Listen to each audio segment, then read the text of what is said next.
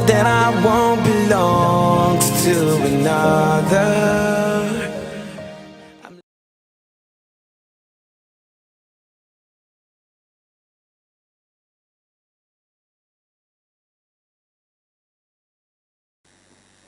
We welcome each and every one of us one more time.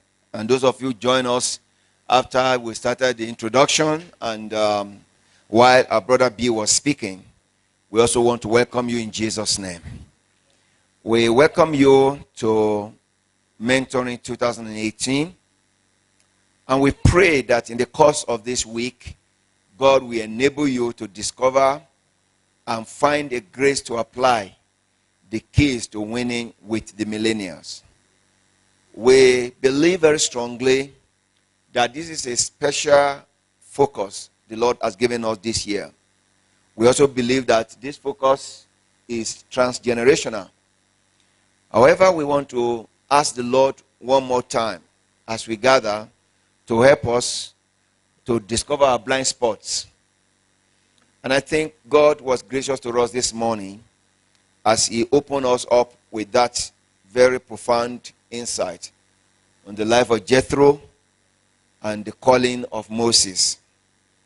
So as we move on, I'd like to remind you that this gathering is premised on Matthew 24:14. By that we mean the essence of heralding, pronouncing, and broadcasting the gospel of the kingdom to all nations as a testimony to all peoples before the end comes.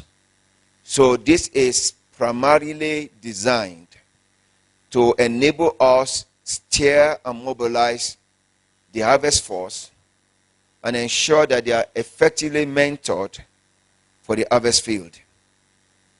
It's important for us to remember this because whether we talk of the millennial or talk of any other generation for that matter, if heaven does not open upon them and they do not connect with the truth of God, they will be hijacked by the enemy because there's no vacuum in nature.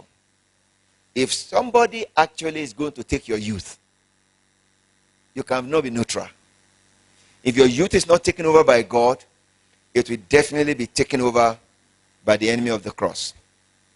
So it's our response to the urge and the burden of the Lord to ensure that the young people that God has given us, we are able to capture the essence of the kingdom, relate to them so that they can be what God wants them to be.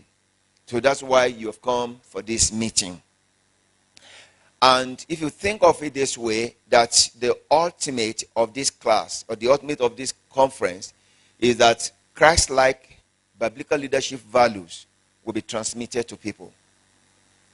It's not just that somebody walked to me, it's not even a Christian, and he's involved in one NGO, governmental, something. He talked to me about, he just walked, he saw the signboard, he said, so you people are Christian. So the idea is, I'm also involved in mentoring. I want to help people to do political awareness and all that kind of thing. So I gave me a contact and I need to see you later. We need to talk.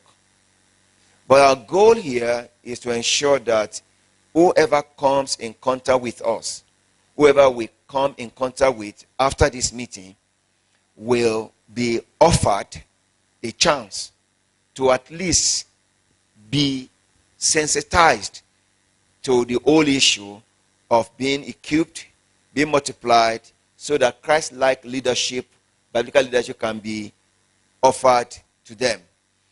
Bill talked this morning about Pass It On. This is our flagship mentoring program. It's called Empowered to Multiply.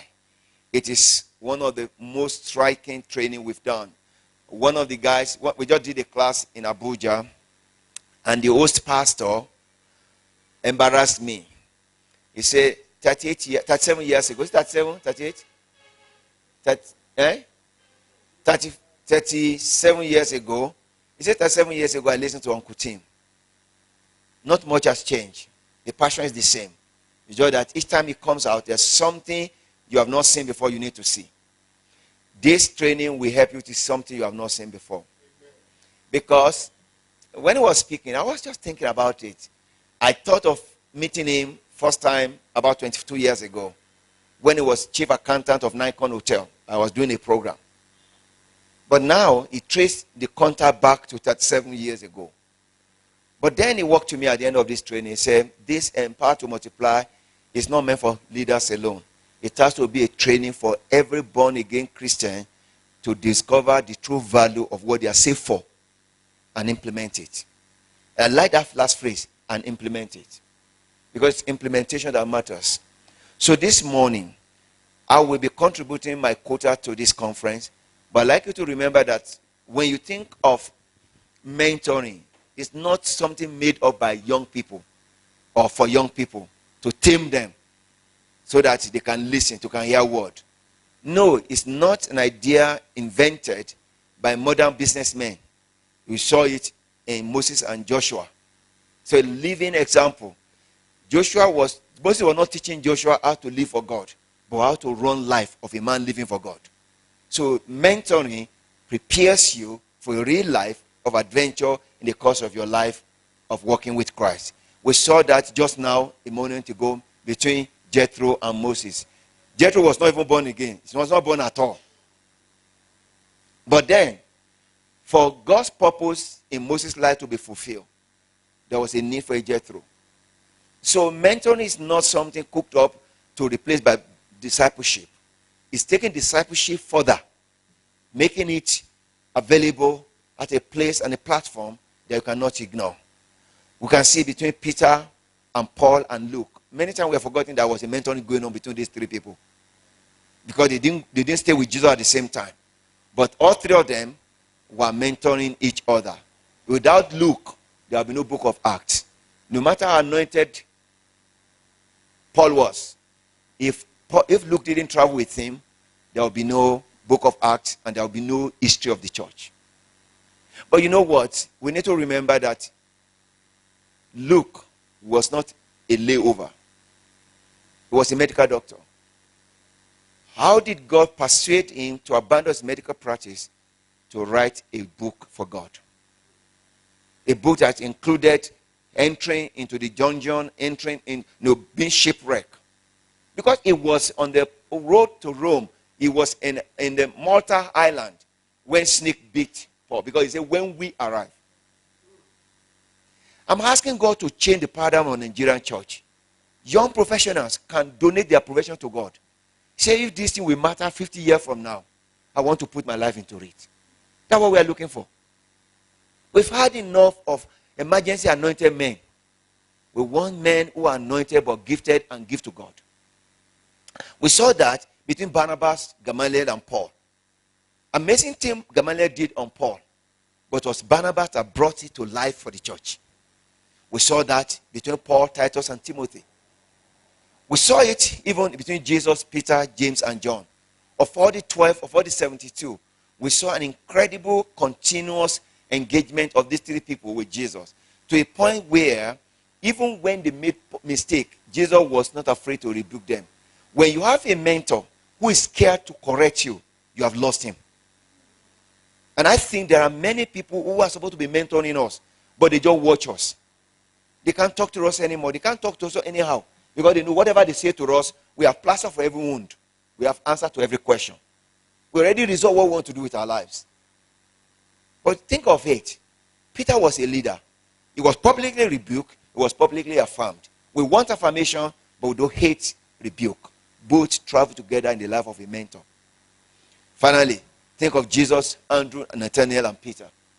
Look at that amazing, incredible contact when Andrew introduced Peter to Jesus. Without Andrew, there will be no Peter in the life of Jesus. So who are you introducing to the greatness of God? Who are you introducing to the high flight of God's purpose? So that's why we come to redefine our call by looking at defining the millennials. We are defining them in the context of mentoring efforts. And I want you to join me in this quick overview. I want to join me in this quick review. Because again, I will attempt not to answer all the questions. There are many men and women prepared by God to answer those questions for us in the course of this. But I'm going to lay some foundation based on what we have already discussed. We have seen every Moses need a Jethro, and every Jethro need to be confident and courageous and be bold. Because if you are Jethro and you think of the pedigree of Moses, you won't talk. Am I right? Unless you are already sure what God wants to do with that life. Number one, Moses has better education. Number two, Moses has better exposure. He has better experience. He has better pedigree. He's a Jew, raised in a lovely palace of Pharaoh. Pharaoh was it's like somebody who was raised in American State House, and he comes to live in Jos. And he's doing something for NGO, and you walk to him and say you want to correct him. You understand what I'm talking about? So, if you are a Jethro, you need courage. Especially when God sends you a Moses that can be much more than what he is, but is full of himself at the moment. So how do we define the millennial? What do we understand by them? When you see them, you know them. Am I right?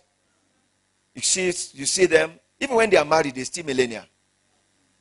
Their tight jeans is an exposure. Their coffee, designer, canvas and whatever. You know them. You can't miss them. You can't miss them. The millennial, they are on your face. And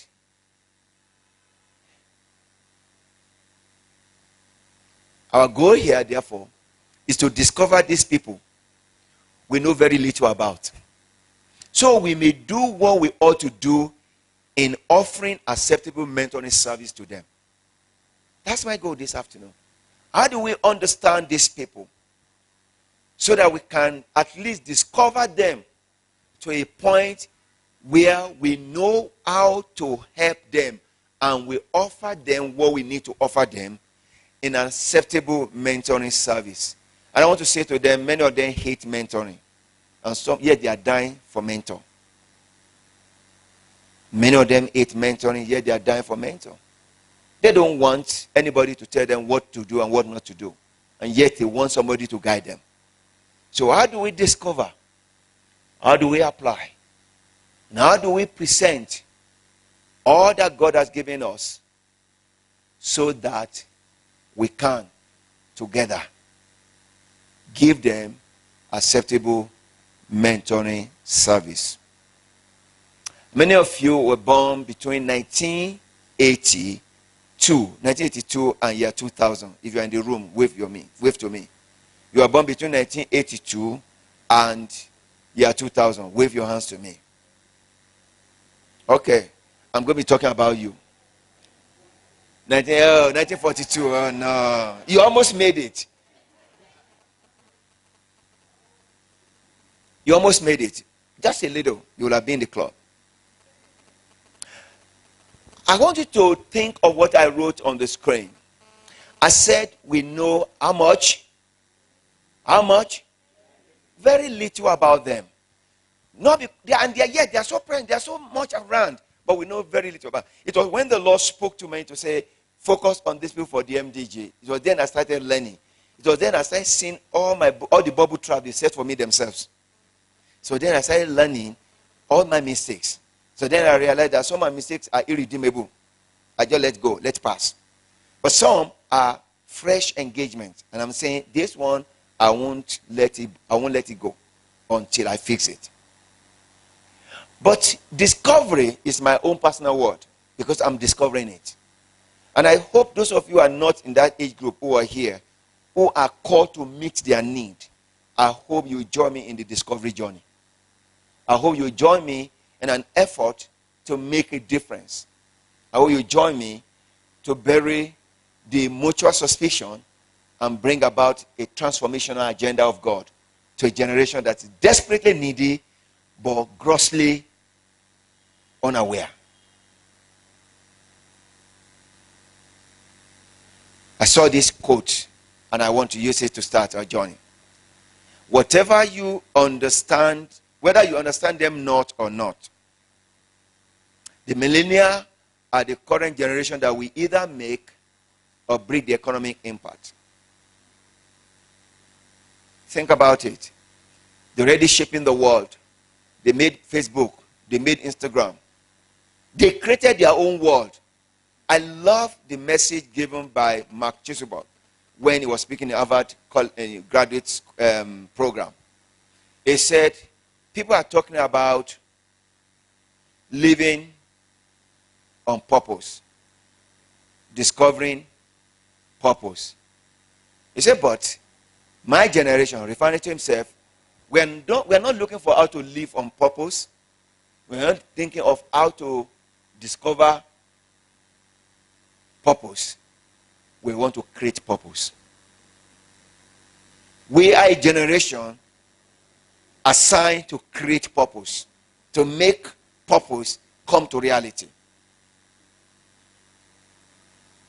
So when this author, Matthew Crane, said that whether you understand them or not, your ignorance is not an excuse. These millennials are bent on changing and making enormous impact in economy, the future housing market, in financial institution, and their buying power alone demands ultimate respect. You know why? How many of you are aware of all the Nigerian celebrities that you're making noise about? They are in this age bracket. They don't buy small cars. All our footballers, they are in this age bracket. They don't buy small cars. The list of their cars is Range Rover. And when they show up big way. Their buying power is courted by those in all the leading industry around the world. But not only should their buying power be respected, the author says, should be given attention. And let me say, take the word buying power out of that page and say they are giving power in the church. Do you understand why the modern churches are going after them? You find no reason to chase them, but they find reason to chase them. 3 things quickly before I go to my note. Number 1, they have young families. They are not spending money on their children yet. Number 2, they are at the process of either building a house or buying a house. So they have, and they are young professionals. They have almost everything going for them. Plus, they do not have what you have as your baggage. You know what your baggage is? Oh, you have the baggage of their fathers are not sick. They are not spending money on their parents. Are you with me? So, at this stage of their lives, their purchasing power is not only strong, their giving power is enormous. Therefore, they should be courted. Unfortunately, that's where the church stopped. We courted their power to give. That's why, one of the reasons why I asked a friend of mine who's a pastor. That's one reason why the modern pastors are quickly appointing them as pastors. The rate at which the millennials are becoming pastors is frightening. Pastoral call without pastoral gift or training. But they do that because that's the only way to attract them. One of them was telling me, one of them just spoke to me now. He said, one of these big guys who's running, he said, they talk about, well, it's my pastor. It's my pastor. So anytime a millennial showed up, the only way we think of using them is to decorate them with pastoral calling and collect their money. But what is God's big picture agenda for them in a generation? That's what God wants us to discover. So what Matt says here is critical. But I'm taking it beyond the business world, the economic world, financial institution, and the immediate response to what their needs are and what their wants are must be looked into by every one of us. So join me to discover them in my own journey. Who are the millennials? They are born with computer. There's hardly any millennial who needed introduction to computer. Even if he doesn't use computer, he arrived with computer. How many of you remember the first bank? Maybe you are too young. Most of you are millennial. First bank adverts when they first introduced computer to Nigeria banking. There's this huge, as big as this chair, like a seat. They call it a disc. They will carry it like this, going to computer room. This generation probably didn't use cassette, audio cassette. Because audio cassette just passed through the world and disappeared. They don't know how to put biro in the thing and wind it until it becomes.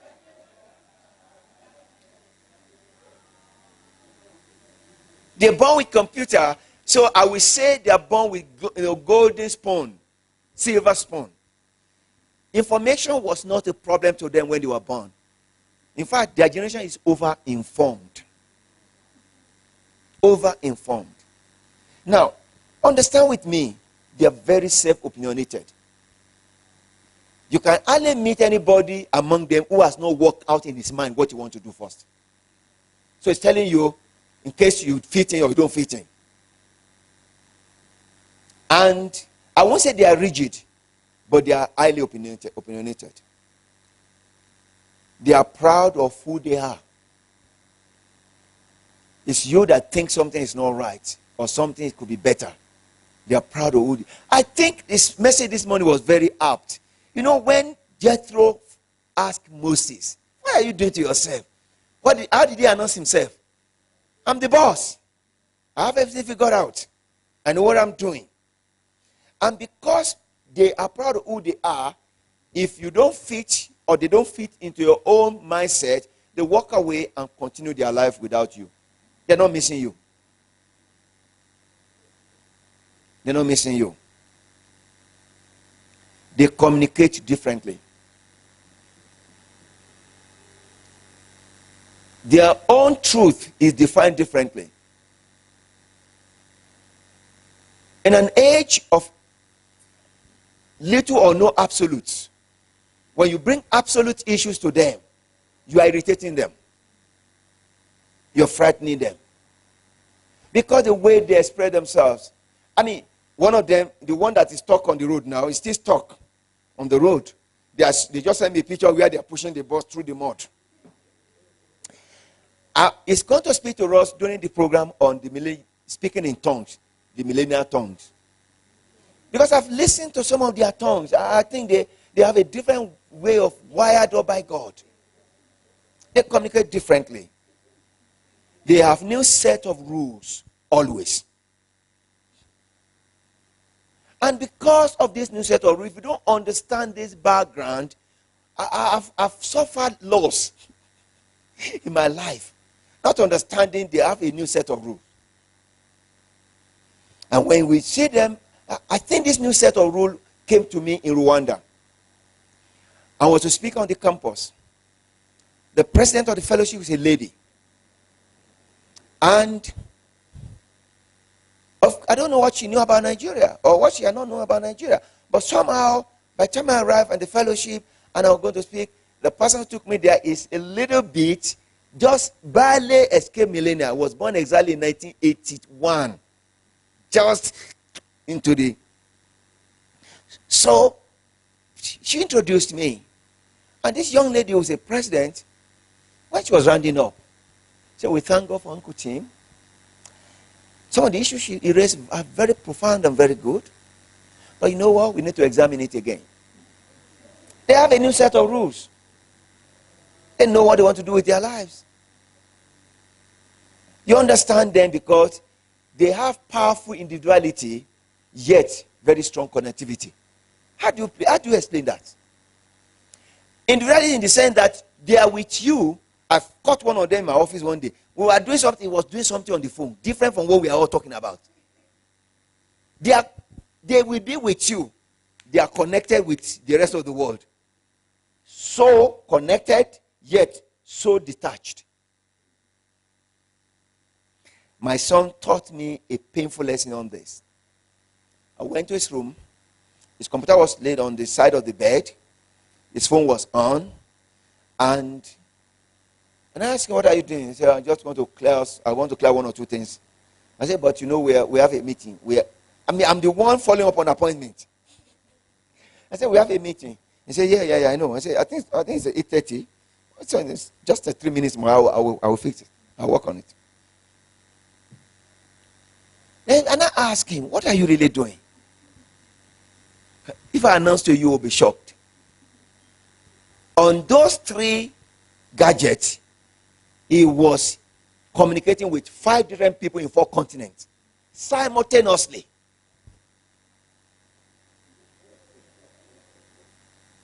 Simultaneously. He was talking to his sister in the US. He was talking to his colleagues in Ukraine. He was talking to somebody in South Africa for a program. He was talking to his other sister in Abuja.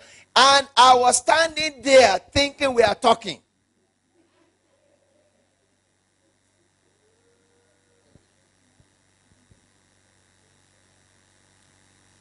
They are home and away simultaneously. This basic understanding is important for us because it will help us to know when other layers of information are coming our way this week. It will help us to know, not fighting them, but knowing how to help enter into their world. Who are they? We know they are in the secret, but who are they? They are generation after generation X. Tomorrow, B will be talking about generation Z. But generation X are the people who are born before 1982. Tomorrow, I'm going to unpack these 4 generations and see why and how we miss their point and what we need to do to make a difference. They are a generation after generation X. They are a generation before generation Z. During this meeting, someone will be speaking to us on how to handle generation Z, the teenagers, who are already directly, provocatively rebellious. And they're not rebellious against my generation. They're even rebellious against the millennials.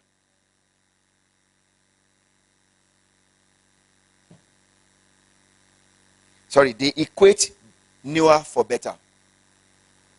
That's why the phone industry is thriving.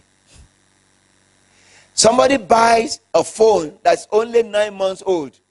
All the features are still okay. But the dazzle say, hey, really? When you say that, pixels, 17 pixels, 95 pixels, then you do this. Suddenly, the one they are using. It was in Singapore, I was horrified when somebody took me to what they call phone cemetery.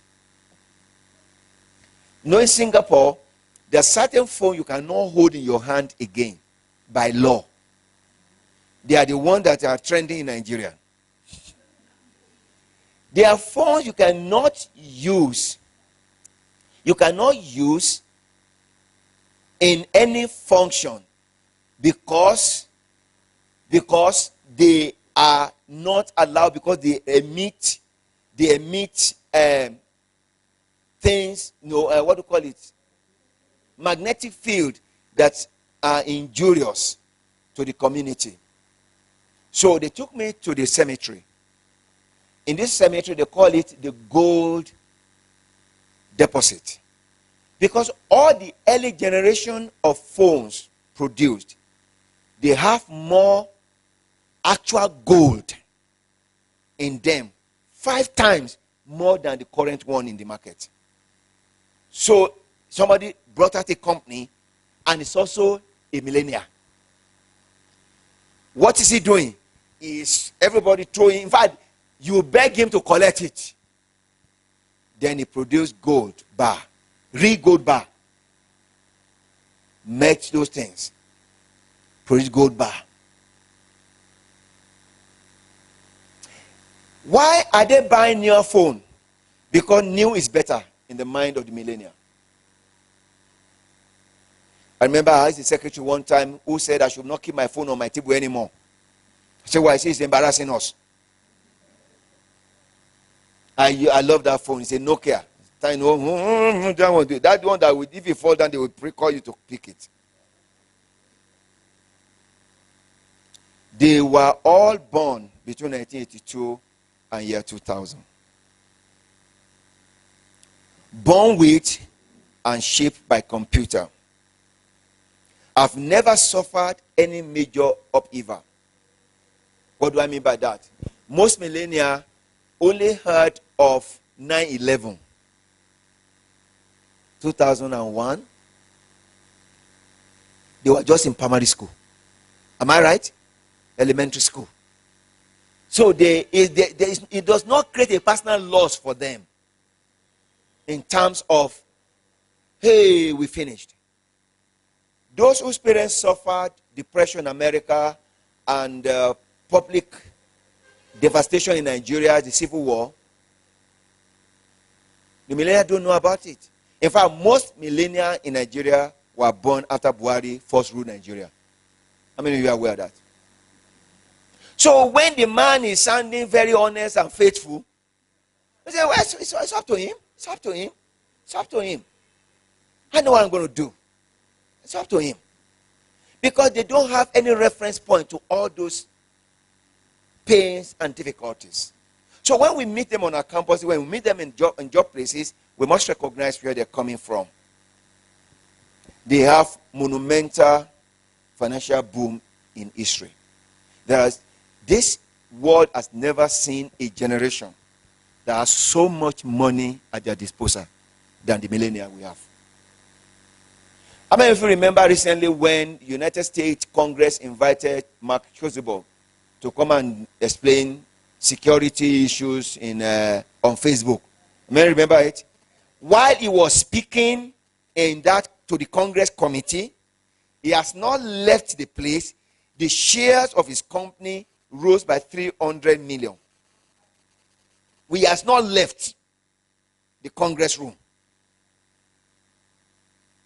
When his agent in the Southeast was invited to Singaporean parliament,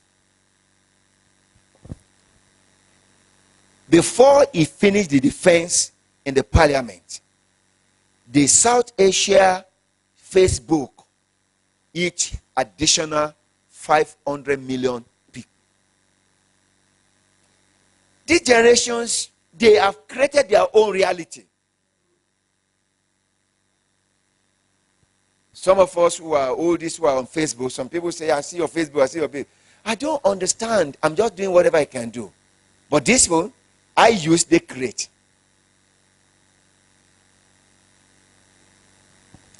I'm not sure whether you can see this clearly, but this shows you where they get their information from. This shows you where they get their information from. As you will see on that page, you will discover that conversation with friends and family, 74%. That's online. That's instead of talking to their parents, they are willing online communication with family and friends. 74%. They can be in the house to you and be sending you texts. Am I right? So, and you say, you're always on your phone. You say, Mom, I'm very busy. Peer review. They value opinion of their friends on e-platform. They call it e-opinions. And that's a new word I got, opinions. That's electronic opinion. They value what their friends say about their posting. So when they post something, the first they want to say is not what, say, how many people have seen it? How many have liked it? How many have, reshare it? How many have reposted it? No. Say, hey, within 2 hours, and now I have 48,000. Hey, they are driven by opinion. Including people who may never pay any attention to them in life. But it validates them. Their professional and industrial review is 64. But look at where, I think that's why I asked them to bring Joe in. So that all my team can see, because me, I'm discovering this. Look at what's going on here. See the list of their place of information. Banner. When I stumble into this, I say, my God.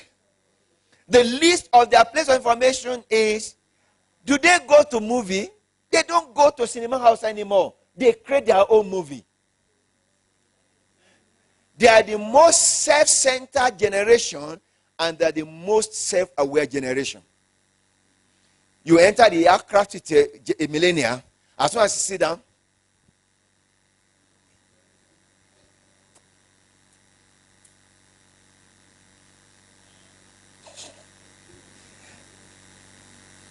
One lady sat with me in the aircraft just about a month ago. I asked, how many pictures have you taken? He said, just 87. And we're only 10 minutes in the plane waiting for the aircraft to take off. They create their own reality. They create their own world. They create their own movie. They are the movie. They are the music. They are the music. They are the movie. They are the cinema. They are the everything. So self-driven that if you don't know what to do, you'll be so angry. You feel ignored. When I saw this as I was preparing for this comment, I say, they are newspaper reading 44. Thank God. But look at blog 48. Look at Facebook, Instagram, and linked 50%. What challenged me most is the fact that the communication wired around family and friends is still high, but it's impersonal. It's still very high, but still impersonal. But let me tell you why you should not throw up your hands in defeat or look at millennials and blame them. It's a generational matter. Why? Every generation views the previous one as archaic and the next one as immature. Every generation. They see the previous one as archaic, old-fashioned, and they see the new one as what? Immature. If you talk to the millennial about teenagers, say, oh, these small boys. Don't mind those small children. In fact, they even call them small children. When you talk to the boomer about Generation X, they say, oh, they are unserious people. When you talk to Generation X about the millennial, they are unserious. So every generation has what I call a kind of disdain to the previous one and a number of times to the next one. So generational matter. Next thing you want to know about generation is that every generation thinks lowly of others. Other before, after them, until prejudice is addressed and clarified. You think lowly of them, you think they are not serious, you think they are not doing the right thing, what's wrong with them, and all that and all that. But the third thing about generational matter is that every generation treats others with set of assumptions. And those of you who have attended our training program, you know during our intercultural section of our training, one of the greatest frustration for the gospel is cultural assumptions. When you assume, you have everything figured out for the other person. I want to encourage you, if you are not doing any of our training, I will offer you 3 of them anytime they are opening in Jos or in your city. In fact, you can host them in your city. You can host them in your church. Assumption. Every generation treats others with set of assumptions. When I see this, I say it must be daddy's generation. When this happens, you say it must be my son's generation. So that set of assumption is always there and it's always a matter for us. But not just a set of assumptions, but we also have this taint of ignorance about that generation. I didn't know how ignorant I was until Bill, I think you gave me, I think when we met in, not Pioneers, where did you meet last? A broken rock. He got a book from Bill. He was reading that book. He was so curiously reading it and said, hey, let me see. So I flipped through the book. Say, okay, I'll buy another one. Read it if you like. I discovered how the entire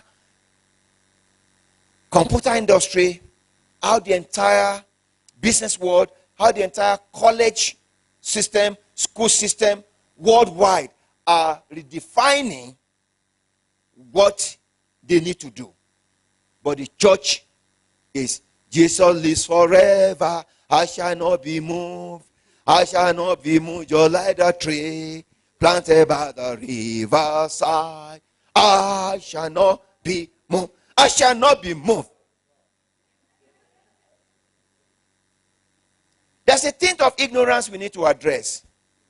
There are lots of indifferences and some degree of control and resistance that has played out Resistant in the sense that when you try to correct them, the first thing they do to you is to let you know how foolish you are.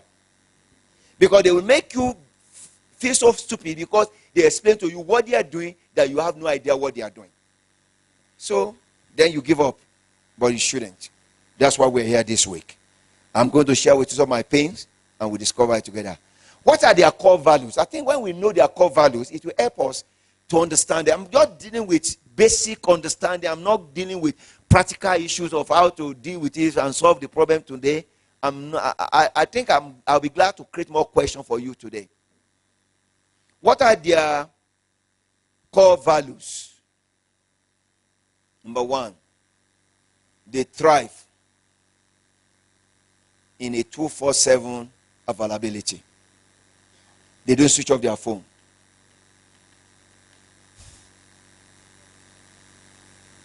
Is their value system is to say, I'm always in touch with my friends. That's why when a millennial loses his phone, he's bereaved. Literally, he's bereaved. When a millennial loses his phone or a phone, he's bereaved. But when a millennial loses his virginity, it's okay. It's not a big deal. So when you weigh those two issues now, they think losing virginity is not too much a problem because you can always go along with your life. But when they lose their phone, they're thinking of even when they have a backup. Have you not observed that the better, the greater, the generation of phone they have, the more assured they are? What did they do first when they get to a place? They put their phone on the table. Then this day they now have the one that looked like a small toy. That one they used to call those the bad people in their lives. The one they don't want to keep record of their the record of their contact with.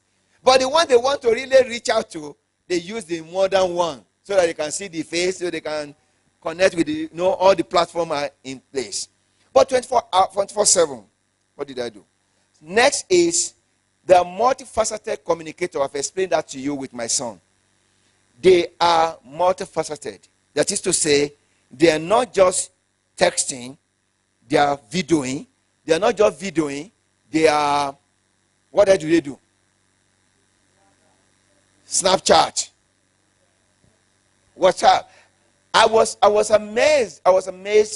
I went to a program, and by the time I finished the program, my host pastor, the daughter was out of town. But when she came in the next day, she has about 28 Snapchats of my message. That's the good side of it. But when that person is, so there are churches that say, switch out your phone. What else did they say? No phone allowed. When you have millennial as your target, that law is not only irrational, but it's grossly